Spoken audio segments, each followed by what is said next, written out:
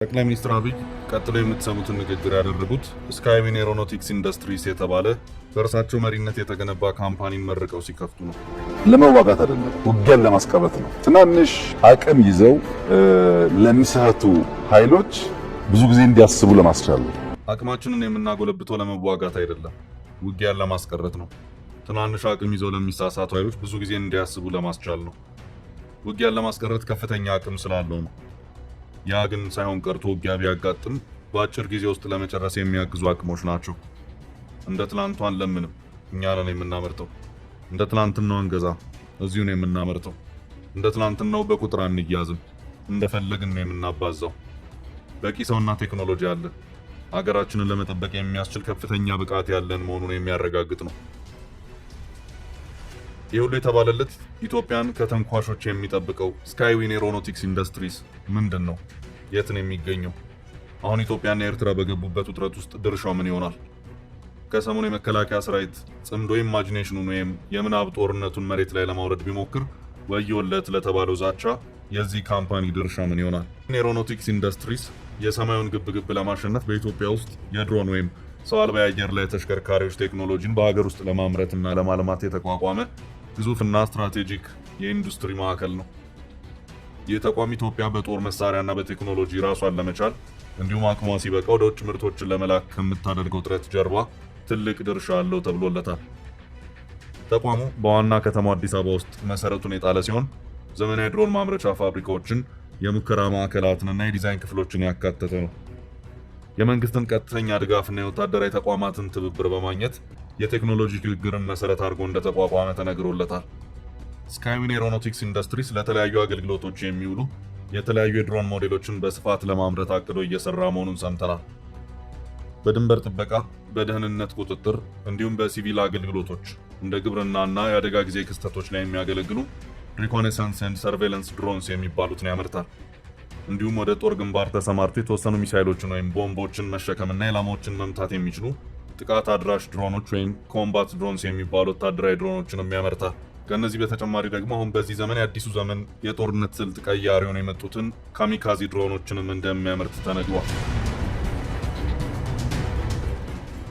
እነዚህ ድሮኖች ራሳቸውን አጥፍተው ኢላማዎችን የሚወድሙ የድሮን ቴክኖሎጂዎች ሲሆኑ በዚህ ተቋም ውስጥ እነርሱን የማምረት ሂደት ላይ ትኩረት እንደተሰጠባቸው ሰምተናል።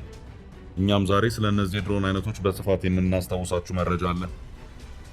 የስካይዊን ኤሮኖቲክስ ኢንዱስትሪስ ካምፓኒ የተለያዩ ዓላማዎች ኖረውት የተመሰረተ ሲሆን ከጠቅላይ ሀሳብ እንደተረዳነው ከሆነ በዋናነት የውጭ ጥገኝነትን የመቀነስ ሀሳብ አለው። ኢትዮጵያ ቀደም ሲል ከቱርክ፣ ከቻይናና ከኢራን በከፍተኛ ወጪ የምታስገባቸውን የድሮን መለዋወጫዎችና ሙሉ ምርቶች በሀገር ውስጥ በመተካት ወታደራዊ ወጪን መቀነስ ታስቧል። ከነዚህ ጎን ለጎን ደግሞ የኢትዮጵያ ወጣት መሐንዲሶችና የአየር ኃይል ባለሙያዎች በኤሮኖቲክስ፣ በሶፍትዌር እና በኤሌክትሮኒክስ ጥበብ ላይ ያላቸውን አቅም ለማሳደግ እየተሰራ መሆኑንም ሰምተናል። ምርቶቹን ለሀገር ውስጥ መከላከያ ኃይል ከማቅረብ ባለፈ የድሮን ቴክኖሎጂ ፍላጎት ላላቸው ሌሎች የአፍሪካ ሀገራት ምርቶቹን በገበያ መልክ ለማቅረብም ህልም አለው። እነዚህ ድሮኖች ከተመረቱ በኋላ የት ጥቅም ላይ ይውላሉ የሚለው የአብዛኛው ኢትዮጵያዊ ጥያቄ ነው። ከፍተኛ የባህር ፍላጎትን ተከትሎ ሀገሪቱ በተለያየ አቅጣጫዎች ውጥረት ውስጥ ገብታለች። ግብጽ ኢትዮጵያን ከቀይ ባህር ለማራቅ የውክልና ጦርነቷን በእጥፍ ድርብ አድርጋ እየተንቀሳቀሰች ነው። ስለዚህ ኢትዮጵያ ከግብጽ ተወካዮች ጋር በአንድም በሌላም መንገድ ቀጥተኛ ጦርነት ውስጥ ልትገባ ትችላለች። ሌላኛውና አብዛኛው ሰው የማይመኘው ነገር ግን በፖለቲካ ስሌት መላምቱን ስንመታው የመሆን እድል ያለው በቅርባችን ያለ ጦርነት አለ፣ የሰሜኑ የትግራይ ጦርነት። ቢቢሲ በቅርብ ዘገባው ላይ የባለሙያዎችን መላምት ያካተተ ዘገባ አስነብቦ ነበር። በዚህም ዘገባ ላይ በትግራይ ወታደራዊ እርምጃ ሊከሰት የሚችልባቸውን መላምቶች ባለሙያዎቹ አስቀምጠዋል። በጥቂቱ ቀንጭበን እንመልከተው። ዶክተር አደምም ሆነ ዶክተር ጌታቸው ፌዴራል መንግስት እንደ 2 ዓመቱ የትግራይ ጦርነት አይነት መጠነ ሰፊ ግጭት ውስጥ የመግባት እድሉ ጠባብ መሆኑን ይናገራሉ። አንዳች ግጭት መነሳቱ ግን አይቀሬ መሆኑን ይገምታሉ። ዶክተር አደም ፌዴራል መንግስቱ መጠቀም ከፈለገ ብዙ ጡንቻ አለው ባይ ናቸው። ወደ ጦርነት ሳይገባ ጫና ማድረግ ከፈለገ በተለይ በጀትን በተመለከተ ብዙ ጫና ማሳደር እንደሚችል ያምናሉ። ጦርነት የሚጀምር ከሆነ በአማራና በኦሮሚያ ክልሎች ባሉ ግጭቶች የተነሳ ጫና ውስጥ ያለው ፌዴራል መንግስት ወታደሩን ከተለያዩ ቦታዎች እየወሰደ ጦር ሜዳ ማስገባት እንደሚኖርበት ያስረዳሉ። ዶክተር አደም በሁለተኛነት የሚጠቅሱት ምክንያት ጦርነት ከተጀመረ ኢትዮጵያ እያደገች ነው የሚለውን ትርክት ያፈርሳል የሚል ነው። ኢትዮጵያ እየታደሰች ነው፣ እያደገች ነው፣ እየተቀየረች ነው የሚለውን ትርክት በጣም የሚያቋርጥ ነው። እና ፌዴራል መንግስት ጦርነቱን ይፈልገዋል ብዬ አላስብም ይላሉ። ምናልባት በህወሓትና በኤርትራ በህወሓትና በሱዳን በኩል የተቀናጀ አይነት ነገር ከተፈጠረ ምናልባት ያንን ለማስወገድ ወደ ጦርነት ሊገባ ይችላል ሲሉ ፌዴራል መንግስት የመከላከል እርምጃ ሲወስድ ግጭት ሊፈጠር የሚችልበት እድል መኖሩን አመልክተዋል። የካልጋሪ ዩኒቨርሲቲ መምህሩ ዶክተር ጌታቸው በበኩላቸው ፌዴራል መንግስት ወታደራዊ እርምጃ ይወስዳል ወደሚለው ድምዳሜ እንደሚያዘነብሉ ገልጸዋል።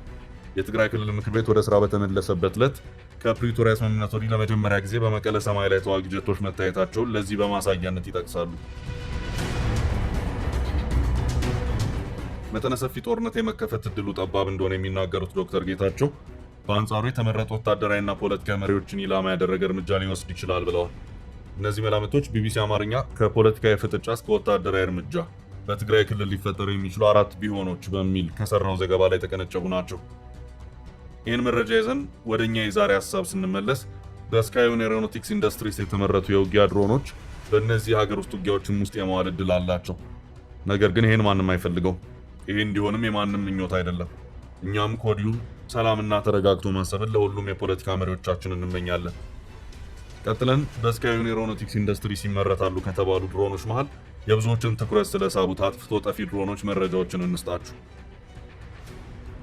ካሚካዜ ድሮን ምንድን ነው? ከቅርብ ዓመታት ወዲህ ወደ ውትድርናው ዓለም አዳዲስ የጦር መሳሪያዎች በስፋት እየገቡ ይገኛል። ካሚካዜ ድሮኖች ከነዚህ መካከል ናቸው። እኚህ ሰው አልባ በራሪዎች ዲዛይን የተደረጉት እንዳይመለሱና ከተወሰነላቸው ኢላማ ጋር ራሳቸውን አጋጭተውም አፈንድተውም እዛው እንዲቀሩ ነው። ይህ ጥቃት 2 አይነት የቁጥጥር ሂደት ያለው ሲሆን አንደኛው ኦፕሬተሮች ከሲቹዌሽን ሩም የሚቆጣጠሩበት ሲሆን ሁለተኛው ደግሞ በኤአይ የታገዙ ናቸው። ካሚካዜ የሚለው ቃል የጃፓንኛ ቃል ነው። ትርጉሙም መለኮታዊ ነፋስ ማለት ነው። በሁለተኛው ዓለም ጦርነት ወቅት የጃፓን አየር ኃይል አብራሪዎች የያዙትን የጦር አውሮፕላን ከጠላት መርከቦች ጋር አውቆ በማጋጨት የሚያደርጉት ተግባርም ነበር። የጃፓን ካሚካዜዎች ሰው በውስጣቸው የያዙና የሰው ሕይወት የሚያጠፉ ሲሆን የአሁን ዘመኖቹ ካሚካዜዎች ግን ሰው አልባ ናቸው። ካሚካዜ ድሮኖች በአንድ ጊዜ ስለላም የወታደራዊ መሳሪያ መሆን ይችላሉ። ጠላታቸውን በስለላ ከለዩና ካወቁ በኋላ እንደ ሌሎቹ ድሮኖች ሚሳኤል ከመተኮስ ይልቅ ራሳቸው ሚሳኤል ሆነ ያልታሰበ ጥቃት ይሰነዝራሉ። እነኚህ ድሮኖች በአሰራር ዲዛይናቸው ምክንያት ለረጅም ሰዓታት በአየር ላይ መቆየት የሚችሉ ናቸው። ኢላማቸውንም ሲያገኙ የሚያጠቁት እጅግ ከፍተኛ በሆነ ትክክለኝነት ነው። በተለምዶ የሚታወቁትን የሚሳኤል መከላከያ ስርዓቶችን መጣስ መቻላቸው ደግሞ በቀላሉ በጠላት የአየር ክልል እንዲናኙ ያደርጋቸዋል። ያላቸው አነስተኛ መጠን፣ ፍጥነት እና ቶሎ ቶሎ መለወጥ የሚችል የበረራ አቅጣጫ በቀላሉ በጠላት ራዳር እንዳይታዩና እንዳይጠቁ ያደርጋቸዋል። እነኚህ የተጠቀሱ ባህሪያት ካሚካዜ ድሮኖችን ከዚህ ቀደም በስፋት ከሚታወቁት ሚሳኤል ተሸካሚ ድሮኖች የተለዩ ያደርጋቸዋል። እንደ MQ-9 ሪፐር ያሉ ድሮኖች የተሰሩት ለስለላ ተግባራት መረጃ ለመሰብሰብና ተገቢውን ኢላማ ሲያገኙ ደግሞ አጥቅተው ሲጨርሱ ወደ መነሻ ስፍራቸው እንዲመለሱ ነው። ካሚካዜዎች በአንጻሩ ለአንድ ጊዜ አገልግሎት የሚሰሩ ሲሆኑ በሰው የሚመሩ አሊያም ቀድሞ ፕሮግራም ተደርገው ወደ ጠላት ቀጠና የሚቀዝፉ ናቸው። ከላይ ጠቀስናቸው ባህሪያቶቻቸው እነኚህን ድሮኖች ከዕለት ወደ ዕለት ተመራጭ እንዲሆኑ እያደረጋቸው ነው። የዋጋቸው ርካሽነትና ስትራቴጂክ ጠቀሜታቸው ከህንድ እስከ ቻይና፣ ከአሜሪካ እስከ ሩሲያ እንዲፈለጉ አድርጓቸዋል። ካሚካዜ ድሮኖች እንዴት ነው የሚሰሩት? እኚህ ድሮኖች ከመሬት ውስጥ ጣቢያዎች፣ ከትልልቅ ድሮኖች ወይም ከተነቃቃይ ማዘዣዎች ላይ ይነሳሉ። አንድ ጊዜ ተነስተው የጠላት ወረዳ ላይ ከደረሱ ወይም ኢላማቸውን ካገኙ በኋላ ከደቂቃዎች እስከ ሰዓታት ድረስ በስፍራ ያለውን መረጃ ፎቶ እያነሱ ወደ ኦፕሬተራቸው ይልካሉ። ኢላማቸውን በጂፒኤስ ወይም በኤአይ ሴንሰሮች በመታገዝ ይለያሉ፣ ይከታተላሉ። ለምሳሌ ኢላማው ተሽከርካሪ፣ ራዳር ሲስተም አሊያም ሰው ከሆነ አንድ ጊዜ ከለዩት በኋላ እስከ ጥቃቱ ድረስ ሊከታተሉት ይችላሉ።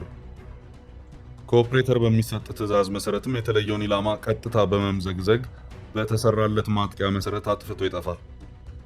ከዋጋ አንጻር የታዩ እንደሆን ከሚሳኤል፣ ከጦር አውሮፕላኖች እንዲሁም ከተለመዱት ድሮኖች አንጻር እጅግ ርካሽ የሚባሉ ናቸው። ኢላማን በትክክል ከመምታት አንጻርም እነኚህ ድሮኖች እጅግ አዋጭ መሆናቸው ይነገራል።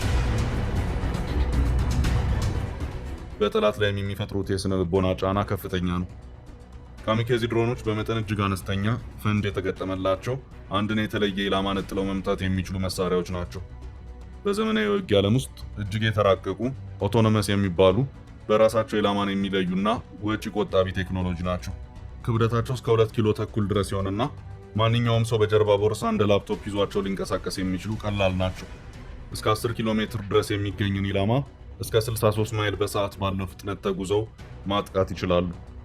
እነዚህ ድሮኖች ካላቸው ለይቶ የመምታት አቅም የተነሳ ኦፕሬተሩ ከህዝብ መሃል አንድን ሰው ለይቶ ማጥቃት ከፈለገ ማጥቃት የሚችል ሲሆን ጥቃቱን ካዘዘም በኋላ መልሶ ማቋረጥ ይችላል። በተገጠመለት ካሜራ ጥቃቱ እስከሚፈጸምበት የመጨረሻ ሰከንድ ድረስም ለኦፕሬተር ወይም ለሲቹዌሽን ሩም የጠራ መረጃዎችን ይልካል። አገልግሎታቸውን ስንመለከተው መደበኛ ድሮኖች ለስለላ፣ ወታደራዊ ቀጠናን ለመለየት፣ የተለያዩ ተተኳሽ ሚሳኤል ቦምቦችን ለመጣል ያገለግላሉ። ካሚኬዚ ድሮኖች በአንድ ጊዜ የመሰለያም የጥቃት መሳሪያም ናቸው። ከዋጋ አንጻር ካየናቸው መደበኛ ድሮኖች አማካይ ዋጋቸው $1 ሚሊዮን ወይም 150 ሚሊዮን ብር በላይ ሲሆን ለአንድ ጊዜ ጥቅም የሚውሉት ካሚኬዚ ድሮኖች በአንጻሩ $20,000 የሚልቅ ዋጋ የላቸውም። ምንም እንኳን $20,000 በአማካይ የዛሬ ዋጋው 3 ሚሊዮን ብር ነው። ኢላማን በተመለከተ መደበኛ ድሮኖች ቀድሞ ወደ ተለየ አንድ ኢላማ ደርሰው ለተልዕኮ ተብሎ ተለይቶ የታጠቁትን ሚሳኤል ተኩሰው ወይም ቦምቡን ጥለው መመለስም ይችላሉ። ካሚኬዚዎች ጥቃት ለማድረስ ወደ ታሰበበት ቦታ ከደረሱ በኋላ ኢላማቸውን እስኪለዩ ድረስ ለረጅም ጊዜ በጥቃት ወረዳቸው ላይ ሊቆዩ ይችላሉ። ኤአይ ካሚኬዚ ድሮን እና ስጋቱ በራሳቸው ቁጥጥር የሚያደርጉ ወይም ኤአይ ካሚኬዚ ድሮኖች ቀጣዮቹ የዓለምና የመከላከያ ቴክኖሎጂ ስጋቶች ሆነዋል። አርቲፊሻል ኢንተለጀንስ ለዓለም በረከት ይዞ እንደመጣ ሁሉ እርግማንም በአንድ እጁ ይዞልን እንደመጣ ይታመናል። አርቲፊሻል ኢንተለጀንስ ላይ ተቃውሟቸውን የሚያሰሙ ብዙ ሰዎች እንደሚሉት ብዙዎቹ አርቲፊሻል ኢንተለጀንስ አበልጻጊዎች ነጮች እንደመሆናቸው መጠን ስራቸው ጥቁሮችንና የእስያ ሰዎችን የሚያገል እንዲሁም ሴቶችን የማያካትት እንደሆነ ይናገራሉ። ይህ ቴክኖሎጂ ወደ መከላከያ ዘርፍ ሲመጣ ደግሞ ያለውን ጎጂ ተጽዕኖች ይዞ መምጣቱ አይቀርም። ኢላማን ነጥሎ ከሺህ ሰው መካከል አንድን ሰው መምታት የሚችለው ይህ ቴክኖሎጂ በጥቁሮች፣ በኤዥያ እና ከነጭ ውጭ ባሉ የሰው ዘሮች ላይ ማንነት ስጋት ደቅኗል። የሰው ልጅ የእጅ ስራዎች አንድ ቀን በራሱ በሰው ላይ ማመጻቸው አይቀርም የሚሉ የኤአይ ተቺዎች እነዚህን በአርቲፊሻል ኢንተለጀንስ የታገዙ ድሮኖች እንደ ስጋት ያዩዋቸዋል። ወደ ሀገራችን መለስ ብለን ከዚህ ቀደም ከነበረ ልምድ ተነስተን ጉዳዩን ብንመለከተው ጠቅላይ ሚኒስትር አብይ አህመድ አንድ ንግግር አላቸው። የሰሜን ኢትዮጵያ ጦርነት ከመነሳቱ በፊት እኛ የሚሊሻ ውጊያ እንዋጋም ሲሉ ተደምጠው ነበር። በኋላም ጦርነቱ ላይ ድሮንን ለመጀመሪያ ጊዜ ተጠቅመው የጦርነቱን ሚዛን ለውጠዋል። አሁንስ የኢሳያስ መንግስት የኢትዮጵያ ደህንነት ስጋት ነው በሚባልበት ወቅት ላይ ኢትዮጵያን የባህር በር ማግኘት የህልውና ጥያቄያችን ነው ባሉበት ዘመን ግብጽ ኢትዮጵያን መከራ ውስጥ ከታ ፍላጎቷን ለማሳካት ቆርጣ በተነሳችበት ጊዜ እነዚህ ድሮኖች ምን ይሰሩ ይሆን? ጊዜ ሁሉን ይነግረናል። እኛ ግን ለሀገራችን ሰላምን፣ ፍቅርን እንመኛለን።